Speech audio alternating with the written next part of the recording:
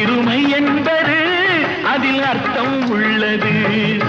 பரமசிவன் கழுத்தில் இருந்து பாம்பு கேட்டது, கருடா சௌக்கியமா? யாரும் இருக்கும் இடத்தில் இருந்து கொண்டால் எல்லாம் சௌக்கியமே. கருடன் சொன்னது அதில் அர்த்தம் உள்ளது.